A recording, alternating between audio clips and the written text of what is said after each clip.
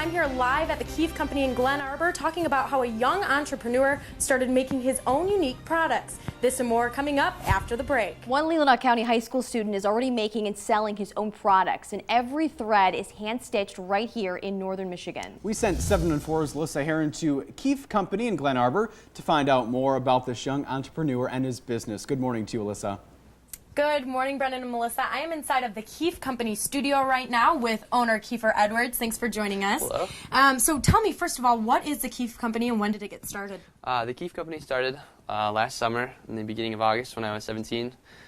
Just kind of started right here in my basement. And I've always liked clothes and just kind of want to put my own unique twist on them. So I started off with hats, shirts, backpacks, and it's just kind of moving on, and I'm seeing what I can do with it. I really like doing it. Okay, and where did you get the inspiration to start these unique products? The inspiration really came from my grandma's yarn shop. It's kind of was my daycare when I was growing up, and I got to see a lot of different colors, patterns, and textures, and started putting them together. And now this is just kind of the adult version of that. Absolutely, and there's a lot of fabric all over inside of your studio, and where do you get most of this fabric from? Actually, most of my fabric I get from the northern Michigan area. I go to Goodwill a lot, and I take just about any donation I can, whether it be blue jeans or old Hawaiian shirts. I wash it, cut it up, and then I make something new out of it. Okay, and where can people start seeing these products, or where are they already? Actually, in downtown TC, there's a store called My Secret Stash. It's all made in Michigan products, and they can get my hats there right now.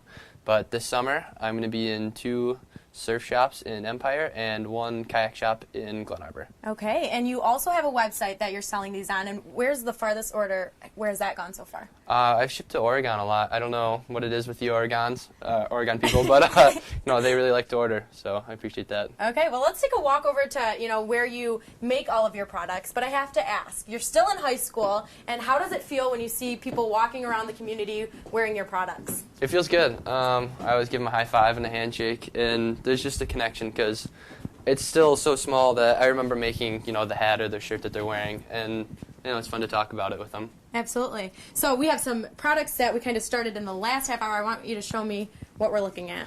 So right here is a pile of all the pieces that will be sewn and glued together to make a hat like this. Okay, and you actually were saying that you get all of these different pieces in Michigan too, for the bill and everything? Yep, so the bill, the hardware, and then this piece actually comes from a company in Grand Rapids, and they're the only company in the world, and it just happens to be that they're our neighbors. It's kind of cool. Wonderful. Well, thank you so much for joining us this morning, and all of this information and more will be on our website at UpNorthLive.com. Reporting live in Glen Arbor, Alyssa Heron, 7 and 4 News.